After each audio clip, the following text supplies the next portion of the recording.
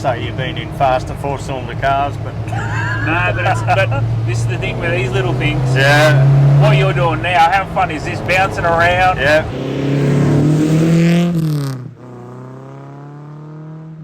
Loud.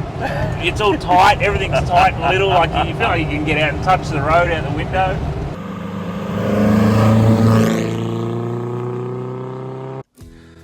On this episode of Grassroots Garage, we've got Mick King from Mick King Automotive. Mick's son Jason now runs Mick King Automotive. He's doing amazing work down there in Enemy Plains. Jason's actually started a YouTube channel rebuilding a 1200 coupe. We'd love you to go over and give him a subscribe. Leave a comment saying you saw it on Grassroots Garage. Give him all the support we can. His other son, Dave, famously runs King Trim, which you'll know does some amazing automotive work. Here's a couple of shots of his previous work that he's done on cars.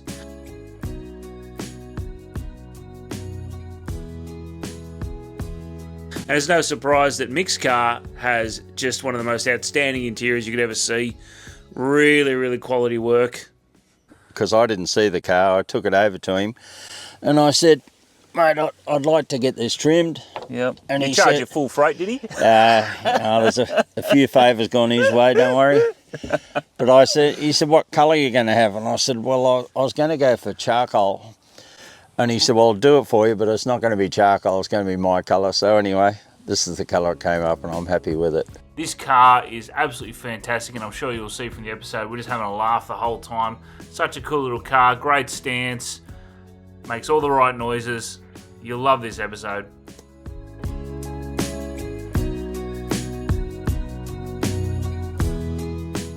This episode has been made with the help of Sydney Prestige Metal Roofing. Jeff and the team are hard-working. They know their craft, they do quality work. If you need any metal roofing work done in Sydney, give them a call, they'll look after you.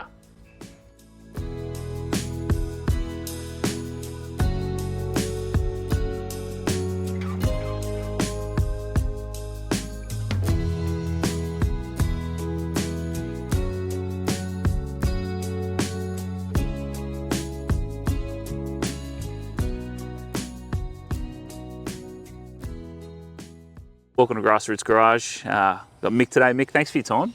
Thank you, Pete. Thanks for coming out. It's a beautiful location. Tell us about your car. Okay, so 1961 model Ford Anglia. I purchased this about 15 years ago. It sat in my shed for 4 years, and then we finally started piecing it together. Had a lot of damage on the roof. Someone had jumped on the roof and created some problems with it, but anyway, we got there.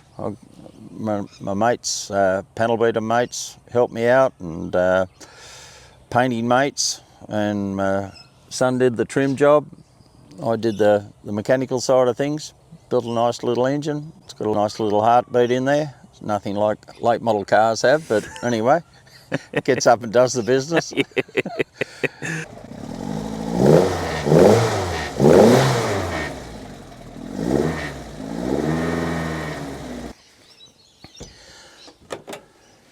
There it is. That's the donk, the powerhouse, Wow, yeah. the sewing machine motor. So what are they? What size motors are these? Well, these were originally 998. I've changed the internals quite a bit. Yeah, a lot of very close clearances inside there. That's right. I was a little bit concerned when I first started up, but 40 thou clearance on different things. Yeah. It got to the point where it's the first engine where I've had to machine the camshaft so the conrods would mess. Oh wow. Yeah, so Do that again because I wasn't filming yet. What's that? Just tell me what your wife said about the exhaust system. she said I've got to change it. She needs it a little bit more rowdier, and yeah, it does. It does sound pretty tame. I think I did that for Reggio.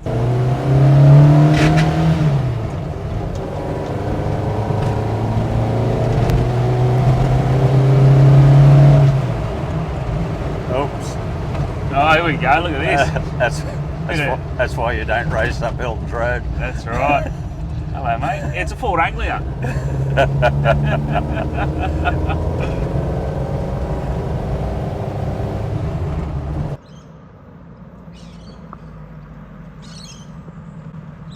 I had to make the extractors because you can't buy off-the-shelf extractors.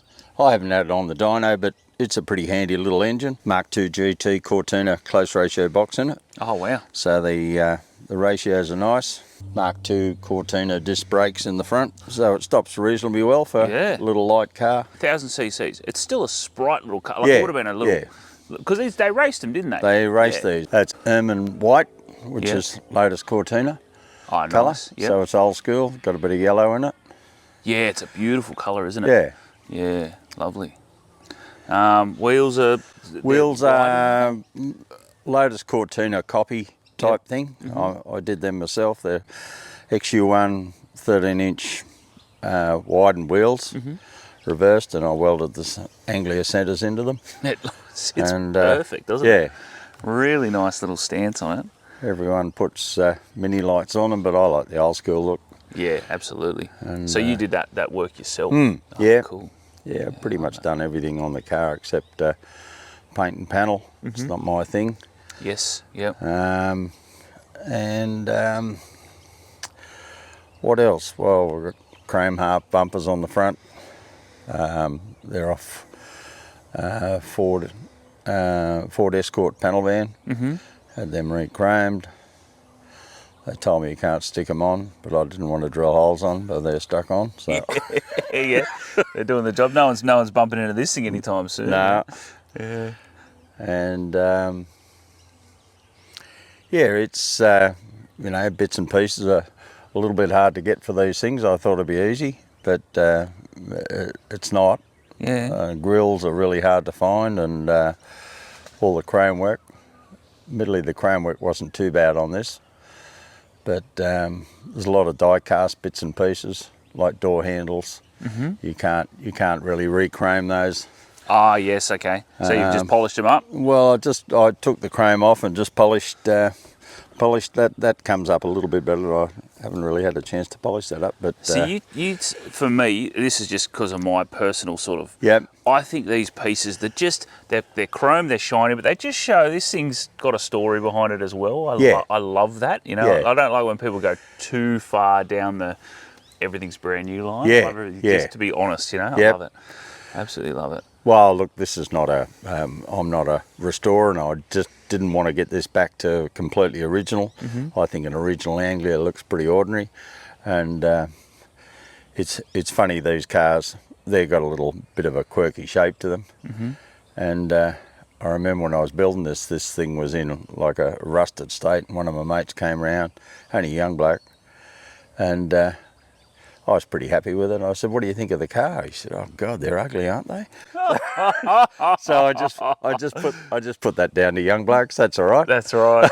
Yeah. What does he know? Yeah. What does he know? This is sort of the crux of the Anglia, isn't it? The back, the boot, and the sort of the cutout glass. Yeah, they were pretty smart for the era, and I don't know how many of them were made, but yeah, they're a pretty popular little car. Every time I go out to Cars and Coffee or something like that, there's usually some old lady comes up and says, "Oh, you know, my dad used to drive me around in one of these," so there must have been plenty of them around, but you don't see too many of them on the road now. No, you'd be the only one at Cars and Coffee, wouldn't you? Oh no, there's a couple of blokes come along. There's a couple of cars in the build at the moment, which is good. Ah, nice. I went down to the like small Ford car day the other day, Cars and Coffee at Picton, and there were a good collection of Cortinas, Anglias and Escorts, all that stuff. No way. And there were two other Anglias down there, and we took this down to the Nationals in Melbourne, and we picked up second down there, which was good. Tim Matheson's got a little Anglia with a Lotus motor in it. It's a nice little. He's done a nice job on it. But I'd like to have one in this. But anyway, what I got in there is pretty good. Tell us about this interior. This is not standard. No. Look at this. Wow. So it tells me, comfy seats tells me it gets driven, you know. So Dave, my young bloke at King Trim, he did this for me, and yeah, basically he does pretty nice work. You don't say. Pretty nice indeed. Is it a bit of pride? You know, your young bloke Oh doing this kind yeah, of work. no, it was a father and son moment when he, because I didn't see the car, I took it over to him, and I said, "Mate, I'd like to get this trimmed." Yep. And he he charged said, you full freight, did he? There's a few favours gone his way, don't worry. But he said, "What colour are you going to have?" And I said, "Well, I was going to go for charcoal." And he said, "Well, I'll do it for you, but it's not going to be charcoal, it's going to be my colour." So anyway, this is the colour it came up, and I'm happy with it. I think he's done an absolutely But just amazing job. a lot of people don't appreciate, like the door trims, you can see how they're a whole lot thicker than standard. Yep. This has all been cut in with a CNC machine. Wow. And, yeah, these beautiful. Yeah, wow. Yep. And, you know, like when he gives a bill, it's more likely a fairly good one, but a lot of people don't realise the time that goes into all this. Like, there's more than likely, I'd say, him to fit this door trim and make it, there's more likely 3 days work in it by the time yeah. and then he's got to fit the trim and make the door still close, and everything's got to line up. So he's made like that back seat's all moulded and made, isn't it? What actually happened here, because it's on historic rego, I didn't want to go messing with any seat mounts or anything like this. So this is basically Anglia framework. Yeah, magic. Yeah, if you don't change the mounting points, yeah. And he's grafted their Volkswagen GDI covers, and he's recovered them, put them on. Same with the back seat. Yeah, magic. And because that looks like a proper sports seat in the back, doesn't it? Yeah. Like a full. Yeah. Oh wow, look at that. Comes Yeah. up. That's great. So That looks so good. don't think anyone's been in the back yet. Oh yeah. Okay. Could be a bit squeezy, but anyway. Will be tight. Yeah, that's right. Yeah. So fantastic. and all the other stuff like seat belts. Yeah, they colour matched. Never Yeah. came with seat belts. You're kidding. So we had to cut down here and graft steel inside here. So wow. So that we could put retractable belts in. Yeah, wow. And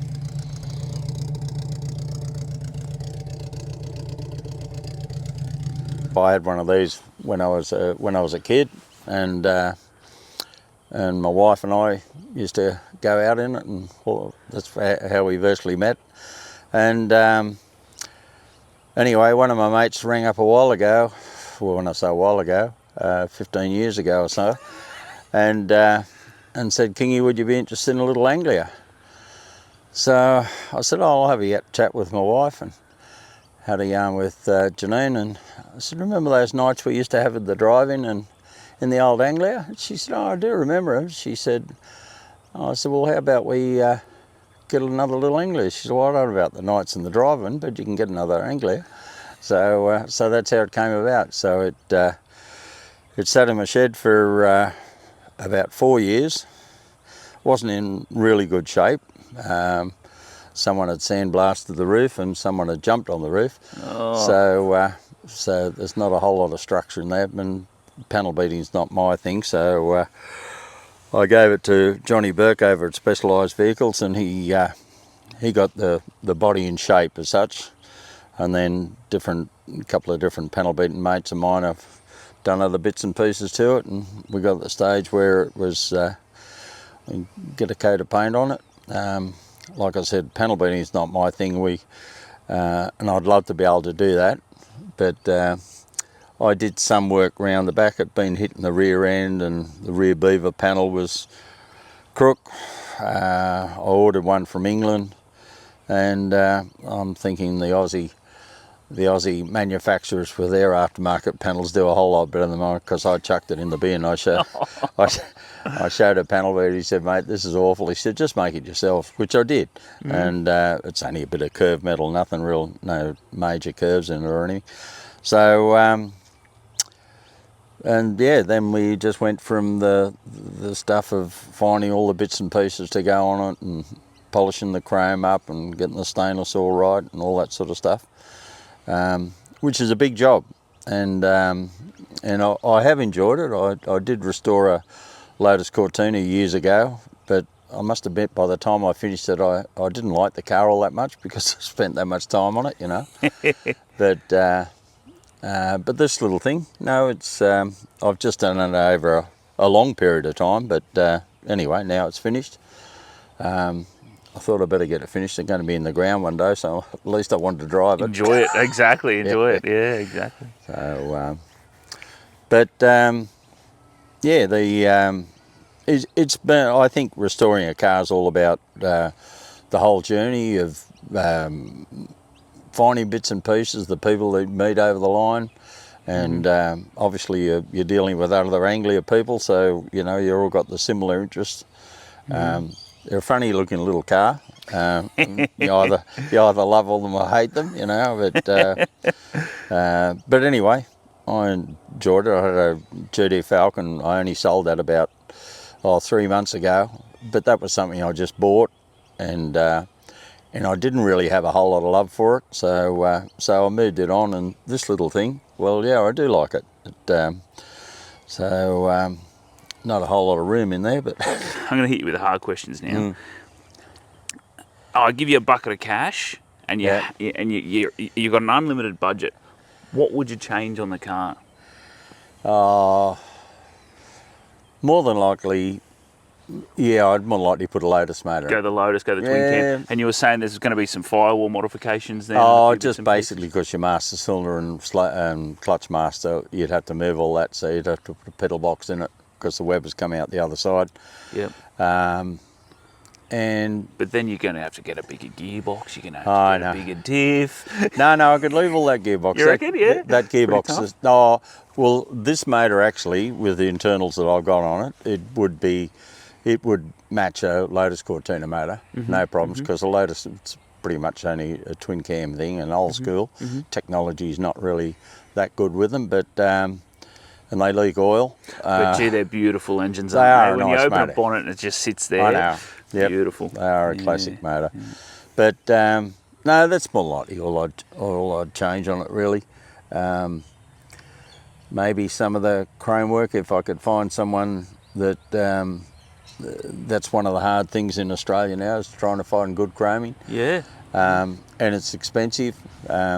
Me being an old bloke, I don't like parting with cash, but but yeah, when you think years ago you could just go and buy all that stuff off the shelf and got good quality stuff, now you really have to, you know, because it's a pretty dirty trade, the old chroming, and time consuming as well. Time consuming, yep. So yeah, that's about it really. I don't think I'd change anything too much.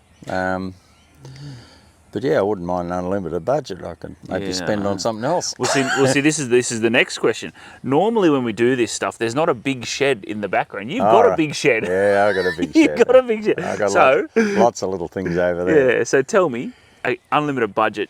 You're keeping this. Give me a couple of the other cars you'd have. You know, big bucket of cash. Tell me some of the cars you'd have in your shed. Look, I'd more likely, I prefer the little cars, but I don't mind some of the, you know, like the Dodge range. I wouldn't mind a Dodge, one of those RT type things. But there are so many nice muscle cars in Australia now. Look, that's a hard question. I don't really know what I'd go for there. Would you buy back your GT Falcon? No. You done with that? Yeah. No, the GT was nice, and I must admit, XY GT, a pretty iconic sort of car, and a bit of a head turner, but they're pretty ordinary to drive. I'd much rather drive this than the GT. They go well enough, but they don't go around corners and they don't stop all that well in standard trim. So I take my hat off to those fellas that used to punt around Bathurst, the likes of Alan Moffat and stuff like that, sliding around on the seat. Yep. Yeah,